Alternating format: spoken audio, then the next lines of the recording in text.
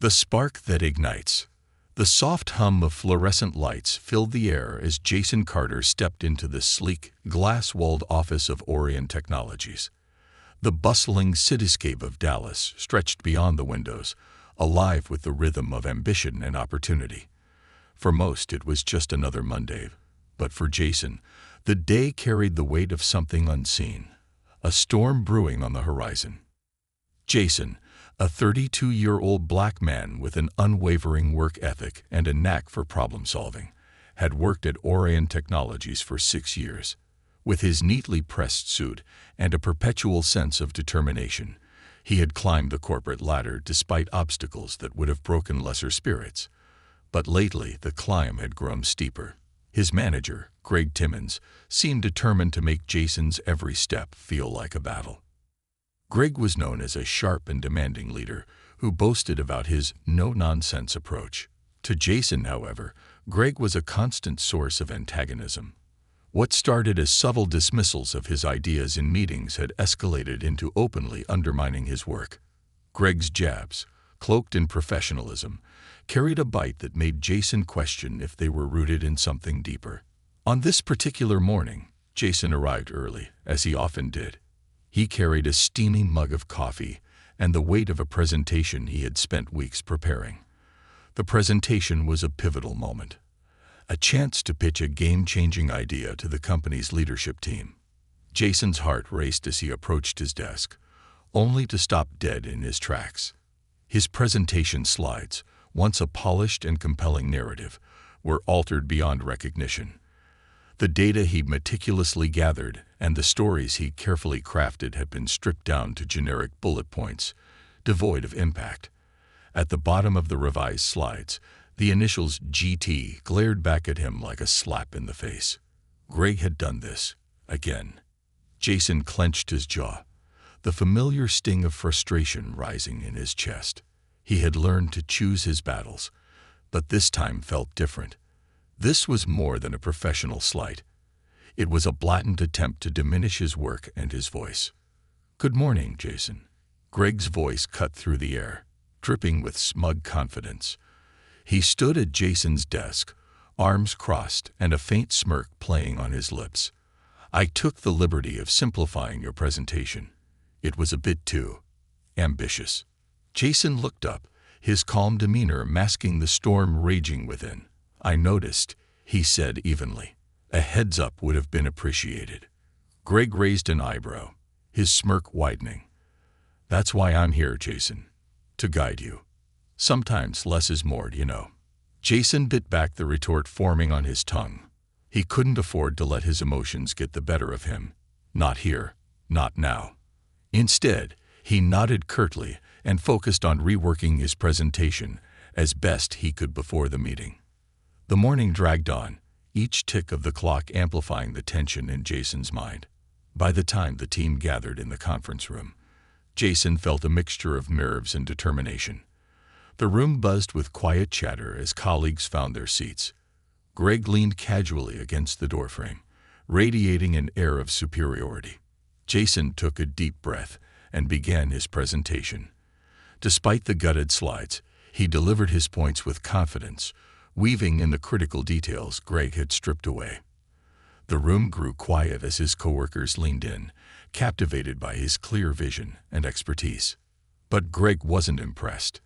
He interrupted twice, each time questioning Jason's data with a dismissive tone. The interruptions weren't about clarity. They were about control. Jason pressed on, refusing to let Greg derail him. When he finished, the room erupted in applause. Several coworkers even voiced their appreciation for his insights. Greg's face darkened. "Great job, Jason," he said, his tone laced with condescension. "It's clear you had a lot of help putting this together." The jab landed, but Jason maintained his composure. The meeting ended, and as the room emptied, Greg approached Jason. "A word in my office," Greg said, his voice low and sharp. Jason followed reluctantly, his heart sinking. Greg's office was cold and minimalist, a reflection of the man himself. Greg gestured for Jason to sit, but Jason chose to stand, his instincts warning him that this conversation wouldn't end well. "Jason," Greg began, his tone icy, "I need to remind you who's in charge here. The way you handled that presentation bordered on insubordination." Jason blinked, stunned.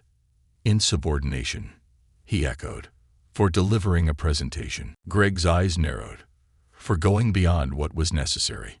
You made me look incompetent in front of the team." Jason couldn't believe what he was hearing. He took a deep breath, steadying himself.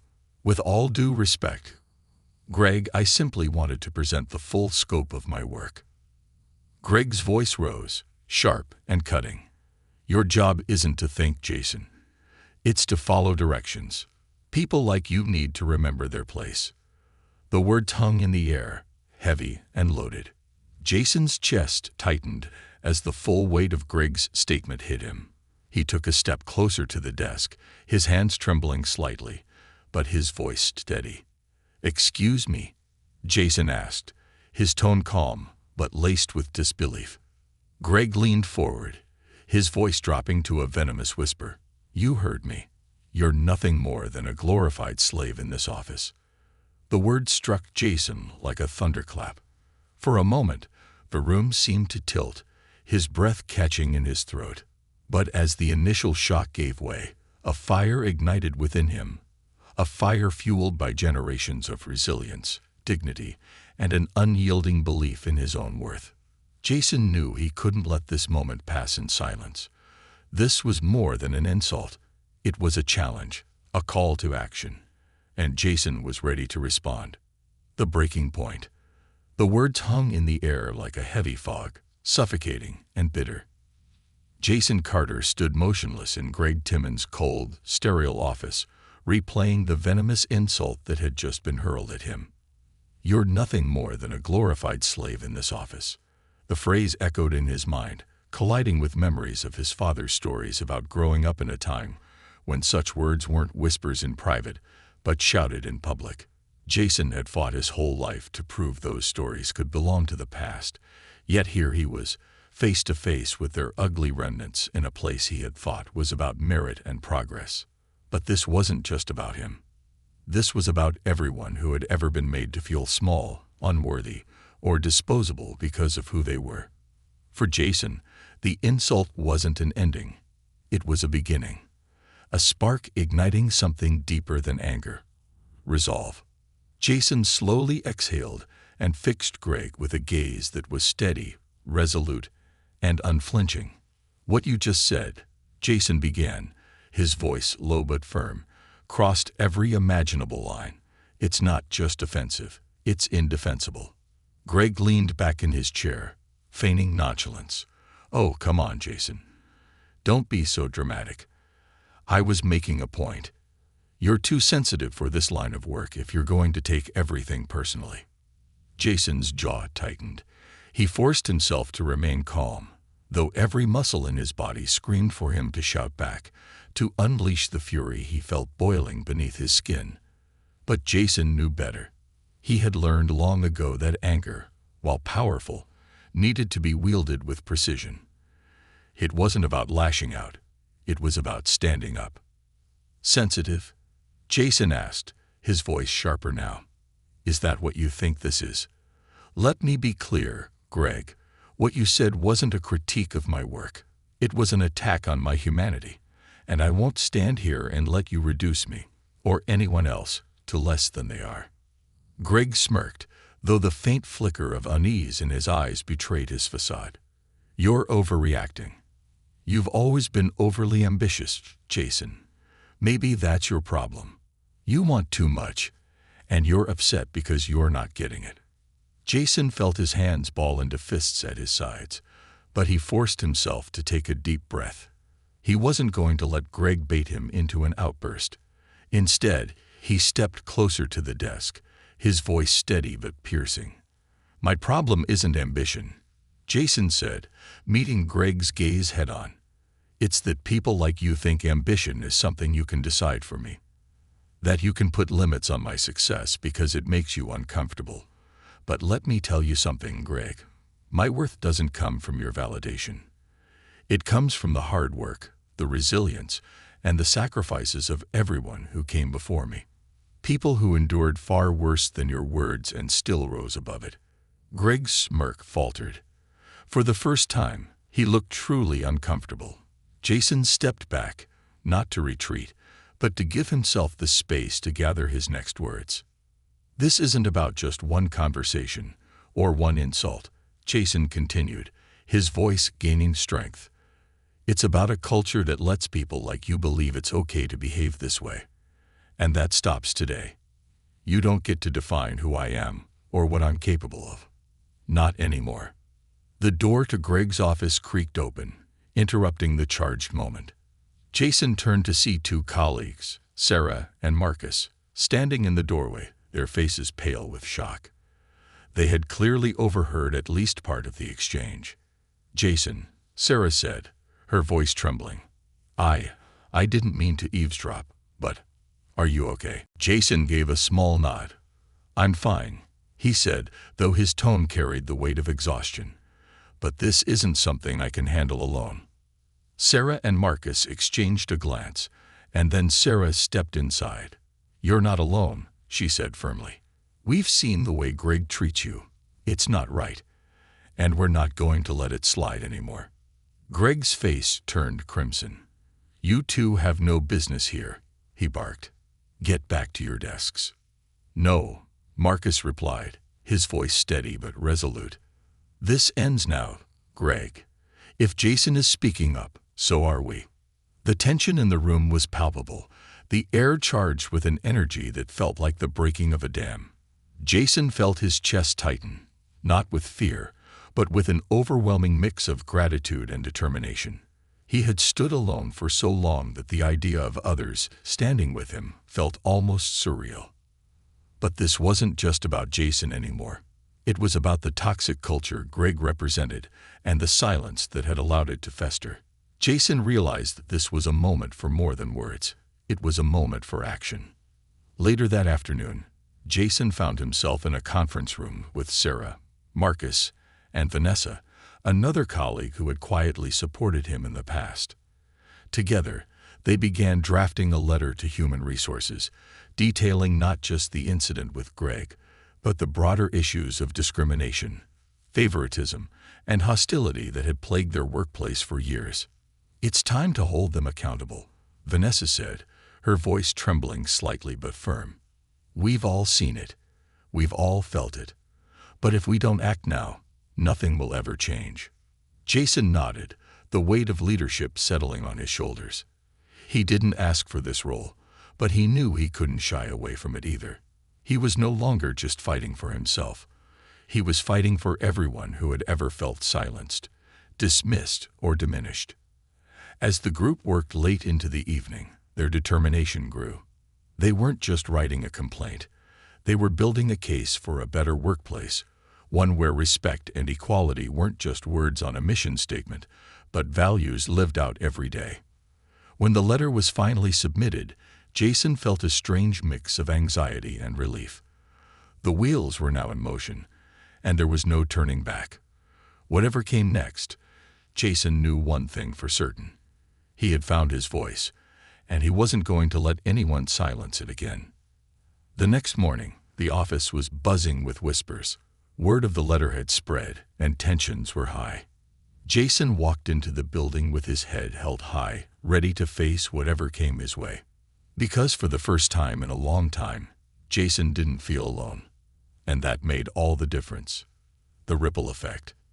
The email arrived in Jason Carter's inbox just as he was settling into his desk. The subject line read, "Urgent meeting. Workplace culture and concerns." His heart skipped a beat as he opened it. The email was from Elena Ramirez, the company's head of human resources, and the meeting was mandatory for all staff. It was scheduled for 3:00 p.m. that afternoon. Jason leaned back in his chair, his mind racing. The letter he and his colleagues had sent to HR was already creating ripples. While he knew they had done the right thing, he also knew the road ahead would be anything but easy. Confronting a deeply ingrained culture of discrimination wasn't a task for the faint of heart. "Jason," a soft voice broke through his thoughts. It was Sarah, one of the colleagues who had helped draft the letter. She stood by his desk, her expression a mix of apprehension and resolve. "Did you get the email?" Jason nodded. "I did. Looks like they're taking it seriously." Sarah glanced around the office, ensuring no one was listening. "Vanessa and Marcus are nervous. They're worried Greg might retaliate before HR can step in." Jason's gaze hardened. He's already crossed every line there is. If he tries anything else, it'll only strengthen our case. Sarah gave him a small, appreciative smile. "You're right. But just so you know, we've got your back. You're not in this alone." The words, simple as they were, filled Jason with a renewed sense of purpose.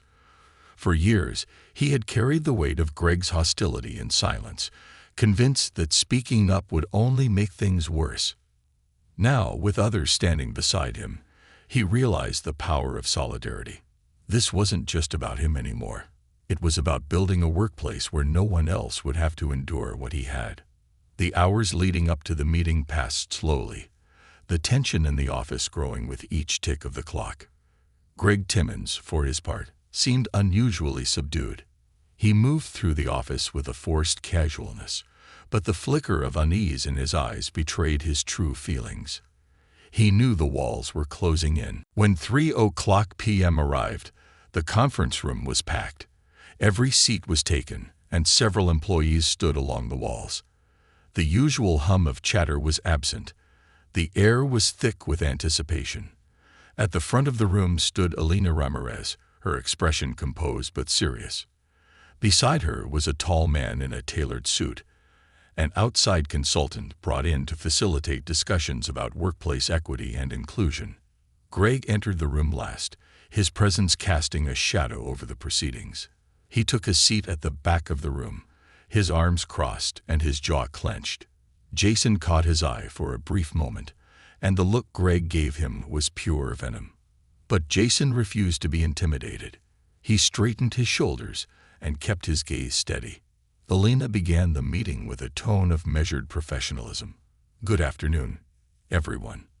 As you all know, an incident was brought to our attention yesterday that has raised serious concerns about our workplace culture.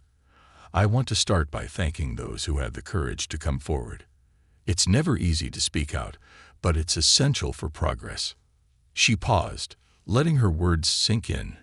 "We've brought in an external consultant, Mr. Andrew Fields, to help us address these issues comprehensively. Today's meeting is the first step in a broader effort to create a more inclusive and respectful workplace." Andrew Fields stepped forward, his demeanor calm but authoritative. "Thank you, Elena. Good afternoon, everyone. Let me be clear. Addressing workplace discrimination isn't just about compliance. It's about building a culture where everyone feels valued and respected. Over the next few weeks, I'll be conducting interviews, reviewing company policies, and leading workshops to identify and address areas where we can improve." Jason felt a flicker of hope at Andrew's words. For so long, the company's approach to diversity had felt like little more than lip service. This felt different, like a genuine attempt to confront the issues head-on. But not everyone shared his optimism. "This is ridiculous." Greg's voice cut through the room like a blade. All eyes turned to him as he stood, his expression one of barely contained anger. "We're wasting time and resources on a witch hunt because a few people got their feelings hurt." The room fell silent, the tension so thick it was almost suffocating. Jason's pulse quickened, but he forced himself to remain calm. He had prepared for this. "Greg," Elena said, her tone sharp, "this meeting isn't optional, and it's not up for debate. If you have concerns, I suggest you voice them respectfully." Greg's jaw tightened, but he sank back into his seat, muttering under his breath. Jason felt the eyes of his colleagues on him, their unspoken question clear. "What will you do now?"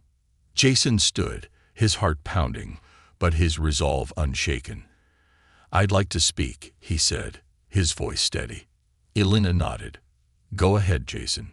Jason took a deep breath and addressed the room. "This isn't just about one incident. It's about a pattern of behavior that's been allowed to continue for far too long. I know many of you have seen it, felt it, or experienced it yourselves. We've all stayed silent, telling ourselves it's easier not to make waves. But silence only allows the problem to grow. He looked around the room, meeting the eyes of his colleagues one by one.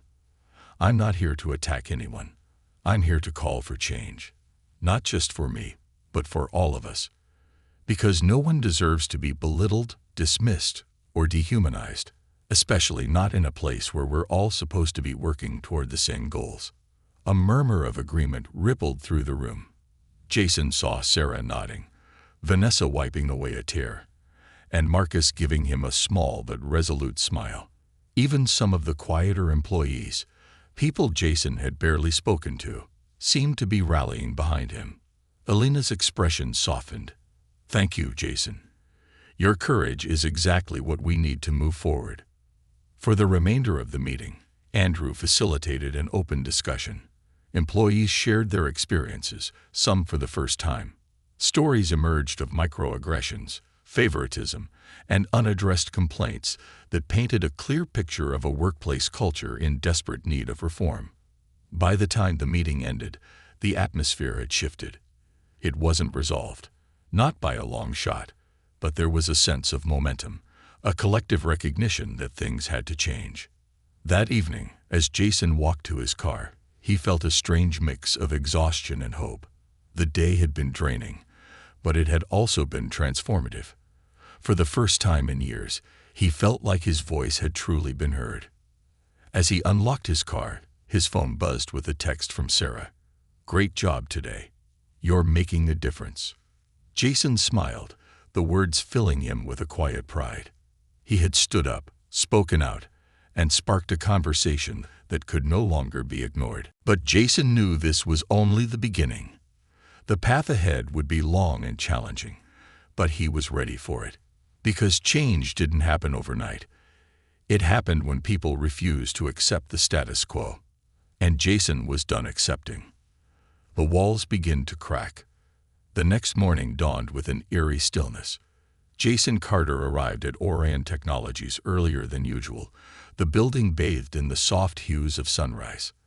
The city outside was already awake, but inside the office, it felt as though time had slowed. The events of the previous day replayed in Jason's mind like a looping reel. Greg's outburst, the ripple of support from his colleagues, and the meeting that had exposed long-hidden wounds in the workplace.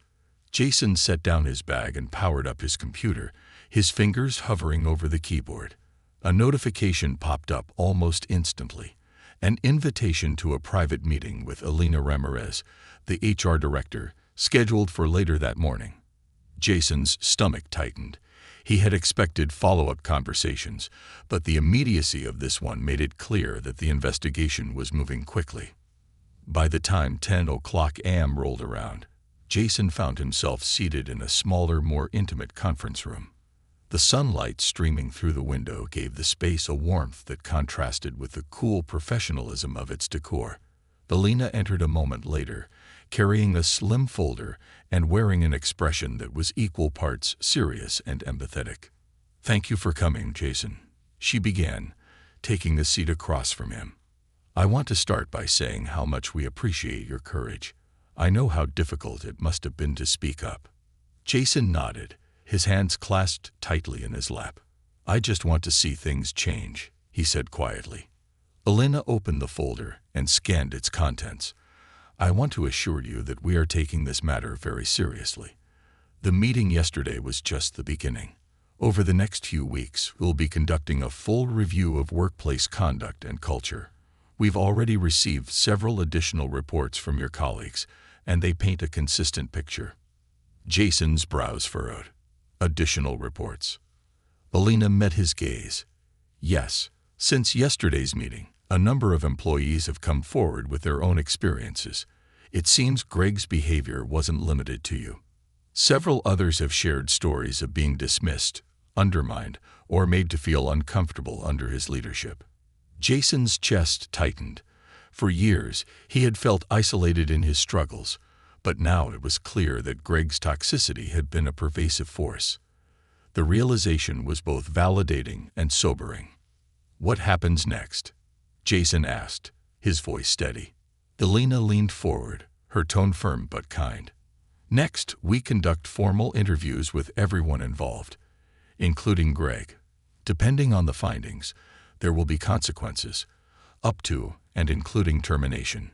Beyond that, we're working on broader initiatives to ensure this doesn't happen again. This isn't just about one person's behavior. It's about the culture that allowed it to go unchecked." Jason nodded, the weight of her words settling on him. Change was coming, but it wouldn't be easy. It would require more than just policies and training. It would require a fundamental shift in the way people thought and acted. The day wore on, the office buzzing with an undercurrent of tension. Whispers filled the air as employees speculated about what would happen next. Jason could feel the eyes of his colleagues on him, their expressions a mix of curiosity and support. For some, he had become a symbol of change. For others, a source of discomfort. By lunchtime, Jason decided to step outside for a break. The fresh air was a welcome relief from the suffocating atmosphere inside. As he walked along the tree-lined street, his phone buzzed with a text from Marcus. "Need to talk. Can you meet me in the break room?" Jason frowned, quickly typing out a reply. "Be there in 5. When he arrived in the break room, Marcus was already there, pacing back and forth. His usually calm demeanor was replaced with visible agitation. "Jason," Marcus began, his voice low, "I just overheard something you need to know." Jason's pulse quickened. "What is it?" Marcus hesitated, glancing around to ensure they were alone. "Greg's been talking to people, trying to spin the situation. He's saying you're playing the race card, that you're blowing everything out of proportion to get him fired." Jason's jaw tightened. The accusation wasn't just baseless. It was a calculated attempt to undermine his credibility and shift the narrative. He had seen this tactic before, in stories of whistleblowers and activists who were painted as troublemakers for daring to speak out. "Let him talk," Jason said after a moment, his voice calm but firm. "The truth is on our side. If he thinks he can intimidate us into silence, he's wrong." Marcus nodded, a flicker of admiration in his eyes. "You're right, but I wanted you to know. We need to stay ahead of him." The next major development came that afternoon. A company-wide email landed in everyone's inbox with the subject line, "Workplace Conduct Investigation. Update." The message outlined the steps HR was taking, including mandatory interviews and the temporary reassignment of Greg's responsibilities pending the investigation's outcome. It was a clear sign that the company was taking the matter seriously. The announcement sent shockwaves through the office. Some employees expressed relief, others unease. For Jason, it was a bittersweet moment. He was glad to see action being taken, but he also knew the path ahead would be fraught with challenges. Later that day, as Jason returned to his desk, Sarah approached him, her expression both serious and hopeful. "Did you see the email?" she asked. Jason nodded. "I did. It's a step in the right direction."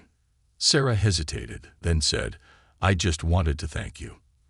I don't think I ever told you, but there were times when Greg made me feel small, like my ideas didn't matter. I never said anything because I thought no one would believe me. But seeing you stand up to him, it's given me the courage to speak out." Jason felt a lump form in his throat. "Thank you for saying that," he replied. "This isn't just about me. It's about all of us. And the more we support each other, the stronger we'll be." As the day drew to a close, Jason reflected on how much had changed in such a short time. What had started as a single moment of confrontation had grown into a movement, fueled by the voices of those who had long been silent.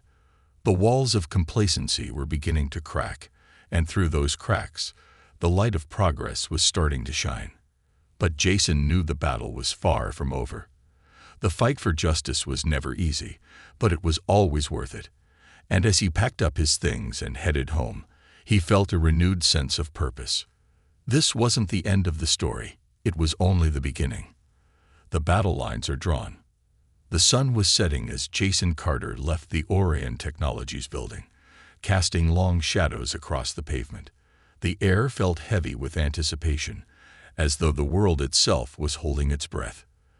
The events of the past days had set off a chain reaction, and the office was no longer the place of hushed whispers and unspoken frustrations it had been. Instead, it had become a battleground, a place where truths were being confronted and change was being demanded. Jason spent the evening preparing for what he knew would be another challenging day. He reread the company's code of conduct, brushing up on policies he had once taken for granted but now saw as tools in the fight for justice. He drafted talking points for his upcoming interview with Human Resources, determined to make every moment count. The fight was no longer just about him. It was about everyone who had been silenced, dismissed, or made to feel invisible. By the time he finally closed his laptop, exhaustion weighed on him, but so did a strange sense of clarity. For the first time in years, Jason felt as though he was no longer carrying the burden alone. His colleagues' support, while not universal, was growing. He wasn't just a lone voice in the wilderness anymore. He was part of something bigger. The next morning, Jason arrived at work to find the office in a state of quiet tension. The usual chatter by the coffee machine was gone, replaced by sidelong glances and murmured conversations. Everyone knew the investigation was underway, and the stakes felt higher than ever. Jason hadn't been at his desk for more than a few minutes when his phone buzzed with a notification. It was an email from Elena Ramirez, the HR director, requesting his presence for a formal interview that afternoon. The timing didn't surprise him, but the confirmation sent a jolt of adrenaline through his system. This was it, the moment where he would lay everything on the table. The hours leading up to the interview passed in a blur. Jason focused on his work as best he could, but the weight of what was to come lingered in the back of his mind. Around midday, Sarah stopped by his desk with a cup of coffee. "You ready for this?" she asked, her voice low. Jason took the cup with a grateful nod. "As ready as I can be," he replied. "It's not just about me anymore." "If I mess this up." "You won't," Sarah interrupted firmly. "You've got the truth on your side, and you're not alone." Her words were a balm to Jason's nerves. He gave her a small smile. "Thanks, Sarah. That means a lot."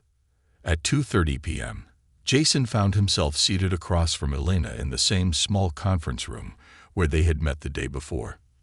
This time, a second person was present, a note-taker who introduced herself as Claire. The atmosphere was professional but charged, every word and gesture carrying an unspoken weight. "Jason," Elena began, her tone calm but direct, "thank you for meeting with us today. As you know, we're conducting a thorough investigation into the concerns raised about workplace conduct.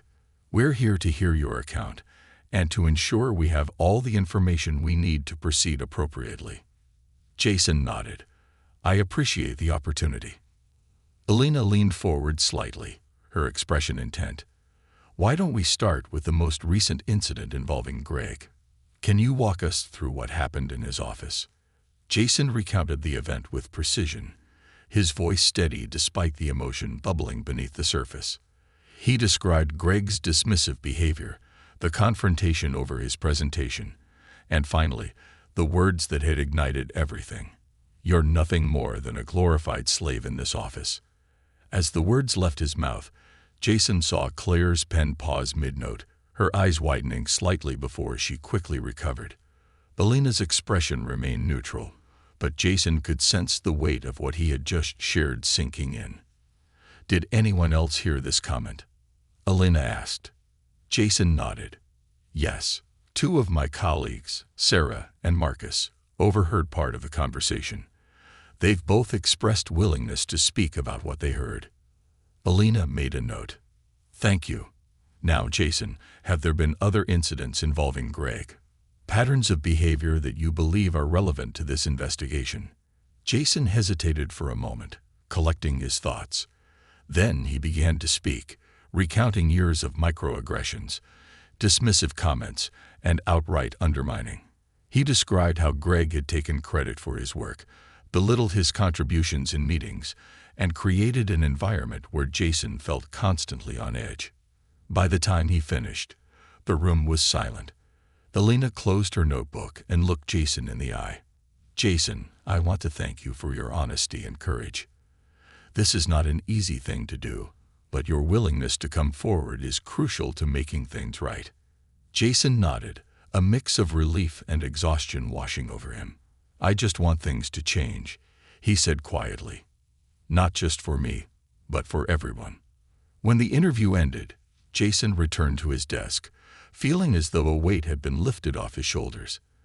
He knew the investigation was far from over, but he also knew he had done his part. Now, it was up to HR, and the company as a whole, to act. That evening, as Jason prepared to leave, he was stopped by Vanessa in the hallway. She looked nervous, but determined. "Jason," she said, her voice trembling slightly, "I wanted you to know. I've decided to speak to HR too. About Greg. About everything." Jason felt a surge of gratitude and pride. "That's brave of you, Vanessa. Thank you." She nodded, her eyes welling up with tears. "I've been scared for so long. But seeing you stand up, it made me realize I can't stay silent anymore." Jason placed a hand on her shoulder. "You're doing the right thing, and you're not alone." The days that followed were a whirlwind. More employees came forward, each adding their voice to the growing chorus calling for change. The stories varied in detail, but painted a consistent picture. Greg Timmons had fostered a culture of fear and favoritism, and the company had turned a blind eye for far too long. As the investigation deepened, Greg's behavior grew increasingly erratic. He stormed through the office, barking orders and glaring at anyone who crossed his path. But the more he tried to assert control, the more isolated he became. The tide had turned, and there was no stopping it now. By the end of the week, Alina called another all-staff meeting. This time, the atmosphere was different. There was a sense of anticipation, a collective understanding that something significant was about to happen.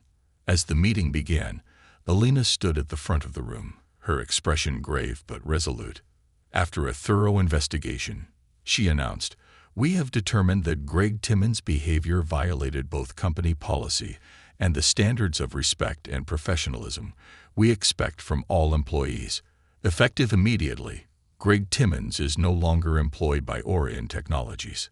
A stunned silence followed her words, quickly giving way to a murmur of shock and relief. Jason felt a wave of emotions: vindication, exhaustion, and a deep, abiding hope. Alina continued, outlining the steps the company would take to rebuild trust and create a more inclusive workplace.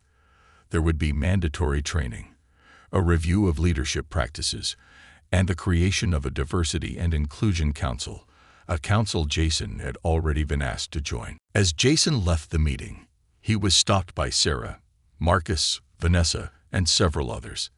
They surrounded him, their faces a mix of gratitude and admiration.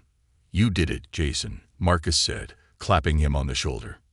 "No," Jason replied, his voice steady but full of emotion. "We did it." For the first time in a long time, Jason felt a sense of belonging. A sense that he wasn't just fighting alone, but leading alongside others who believed in the same vision. The battle had been hard-fought, but it wasn't over. There was still work to be done, but for the first time, the path forward felt clear. And Jason was ready to walk it, together. A new dawn.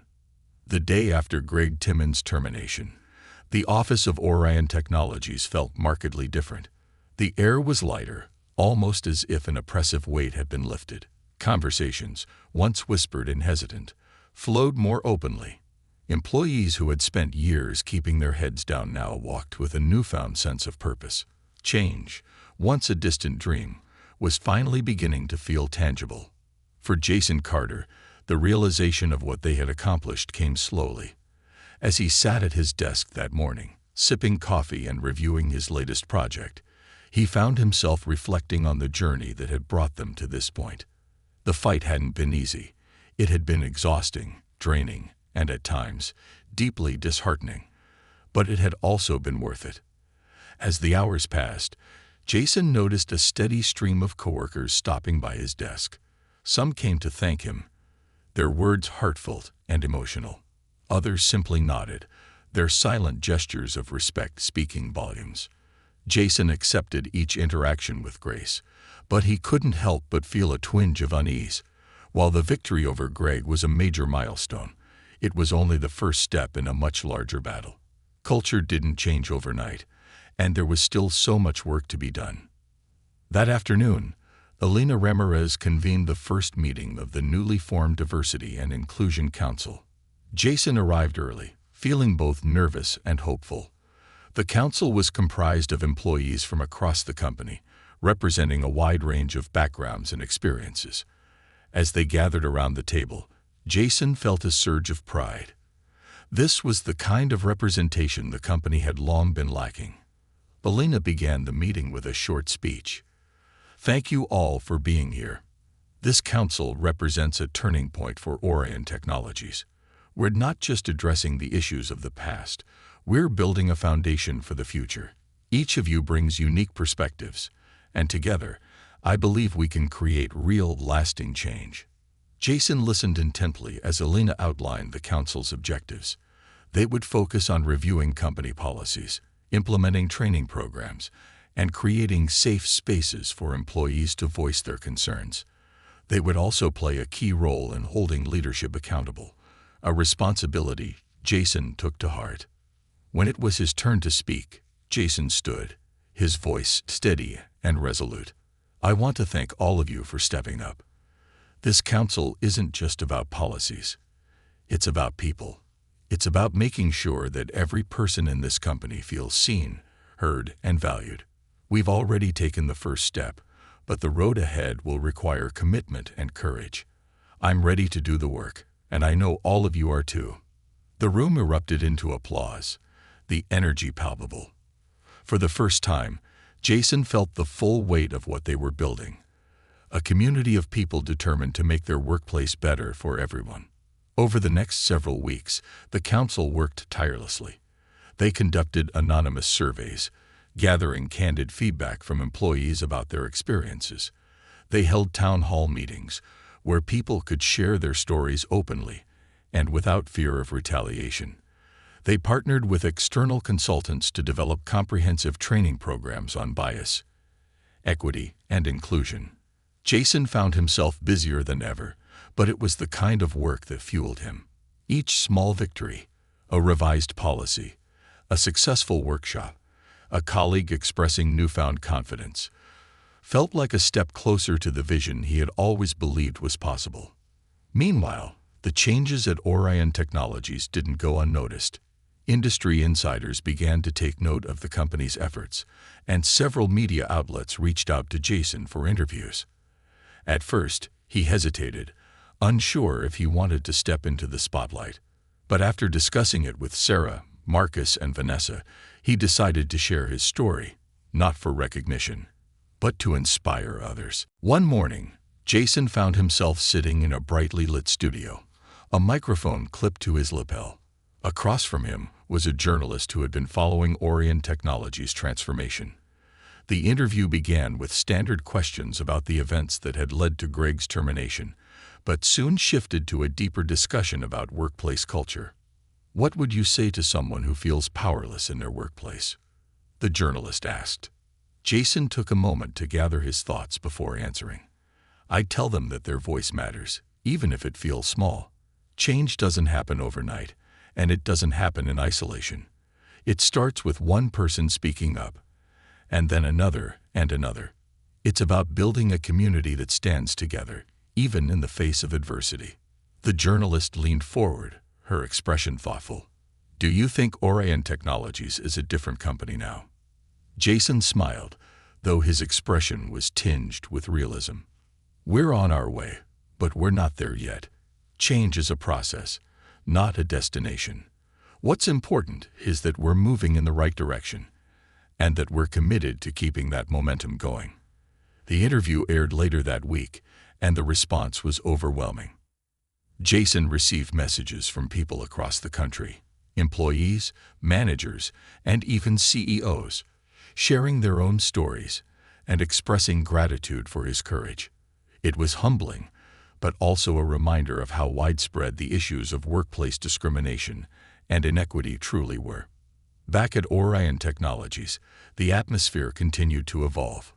Employees who had once felt invisible now had a platform to share their ideas and concerns. The company's leadership began to actively engage with the Diversity and Inclusion Council, seeking their input on major decisions. And while there were still challenges to overcome, there was also a sense of hope that hadn't existed before. One evening, as Jason prepared to leave the office, Vanessa stopped him in the hallway. "Hey," she said, her smile warm. "Do you have a minute?" "Of course," Jason replied, turning to face her. Vanessa hesitated, her expression thoughtful. "I just wanted to say, thank you. For everything. I don't think I've ever felt this supported at work before, and it's because of you." Jason shook his head, his smile modest. "It's because of all of us. I couldn't have done this alone." Vanessa nodded, her eyes glistening with emotion. "Still, you were the one who lit the spark, and I'll always be grateful for that." As Vanessa walked away, Jason felt a deep sense of fulfillment. The road ahead was still long, but they had already come so far, and for the first time, he felt certain that they would continue to move forward, together. That night, as Jason walked through the quiet streets of the city, he thought about the lessons he had learned. Change didn't come easily, and it didn't come without sacrifice. But it was always worth fighting for. And as long as there were voices willing to speak out and people willing to stand together, there was no challenge too great to overcome. A new dawn had begun at Orion Technologies, and Jason knew it was just the beginning. The legacy of change. As Jason Carter approached his car, the city lights twinkling in the distance, he felt a profound sense of closure beginning to settle over him. The fight for change wasn't over. It never truly would be. But the steps they had taken at Orion Technologies were proof that transformation was possible. Yet there was one more hurdle he had to face before he could fully move forward. The next day, Jason arrived at the office to find an email waiting in his inbox. It was from Elena Ramirez, requesting a one-on-one meeting. The subject line read simply, "Reflection and moving forward." Jason's curiosity was piqued. He made his way to Elena's office at the appointed time, feeling a mix of anticipation and uncertainty. "Jason," Elena greeted him warmly as he entered. She gestured to the chair across from her desk. "Thank you for coming." Jason sat down, his posture attentive. "Of course. What's on your mind?" Elena folded her hands on the desk. "First, I want to express my gratitude for everything you've done over the past few weeks. Your courage has been the catalyst for significant change here, and I want to make sure we continue building on that foundation." Jason nodded, his expression thoughtful. "I appreciate that, but I know there's still a lot of work to do." Elena smiled. "Exactly. And that's why I called you here. The Diversity and Inclusion Council has already made a strong start, but I believe we need someone in a more formal leadership role, someone who can guide these efforts full-time and ensure they remain a priority at every level of the company." Jason's breath caught as he realized what she was saying. "You want me to take on that role?" Elena nodded. "Yes. You've demonstrated not only the passion, but also the leadership and vision needed to make a lasting impact. If you're willing, we'd like to create a new position for you. Director of Diversity and Inclusion." For a moment, Jason was speechless. The offer was both an honor and a challenge. He thought about the long hours it would require, the difficult conversations he would have to navigate, and the pressure of being a visible leader in the fight for equity. But he also thought about the opportunity to make a difference, not just for himself, but for everyone at Orion Technologies and beyond. "I'm honored," Jason said finally, his voice steady. "And I accept. But I want to make one thing clear. This isn't just about a title or a position. This has to be about real, meaningful change." Elena's smile widened. That's exactly why we want you in this role. The announcement of Jason's new position was met with an outpouring of support. Colleagues stopped by his desk to congratulate him, and messages flooded his inbox. But what meant the most to Jason were the quieter moments, the heartfelt conversations with coworkers who shared how much his actions had inspired them to find their own voices. One of those conversations came from Sarah, who approached him in the break room a few days later. "I just wanted to say," she began, her voice trembling slightly, "that watching you stand up for what's right, it's changed the way I see myself. I used to think my voice didn't matter, that speaking up wouldn't make a difference, but you've shown me that it can." Jason smiled, his heart swelling with pride. "It does, Sarah. Every voice matters. And together, we're stronger than we ever could be alone." In the weeks and months that followed, Jason threw himself into his new role. He worked tirelessly with the council to develop initiatives that would promote inclusivity, address systemic biases, and create a workplace culture where everyone felt valued. He facilitated workshops, spearheaded mentorship programs, and advocated for diverse hiring practices. The changes were slow at times, but they were steady. And as Orion Technologies began to transform, so too did Jason. He found himself growing not just as a leader, but as a person, more empathetic, more resilient, and more determined than ever. 1 year later, Jason stood in front of a packed conference room at Orion Technologies, delivering the keynote speech for the company's first ever Diversity and Inclusion Summit. The event was a culmination of everything they had worked toward, a celebration of progress and a recommitment to the journey ahead. "Today," Jason said, his voice strong and clear, "we stand as a company that has faced its flaws, acknowledged its shortcomings, and chosen to grow. This isn't the end of our journey, it's just the beginning. Change isn't a destination, it's a continuous process, but what matters is that we keep moving forward together." The room erupted into applause, and as Jason looked out at the sea of faces, diverse, hopeful, and united, he felt an overwhelming sense of fulfillment. This was what he had fought for. This was the legacy they were building. That evening, as Jason walked through the quiet city streets, he allowed himself a moment to reflect. The journey had been long and difficult, but it had also been transformative. He thought about the voices that had joined his, the walls they had broken down, and the culture they had begun to rebuild. Jason smiled to himself, the words of his father echoing in his mind. "You can't control how others see you, but you can control how you stand up for yourself, and for what's right."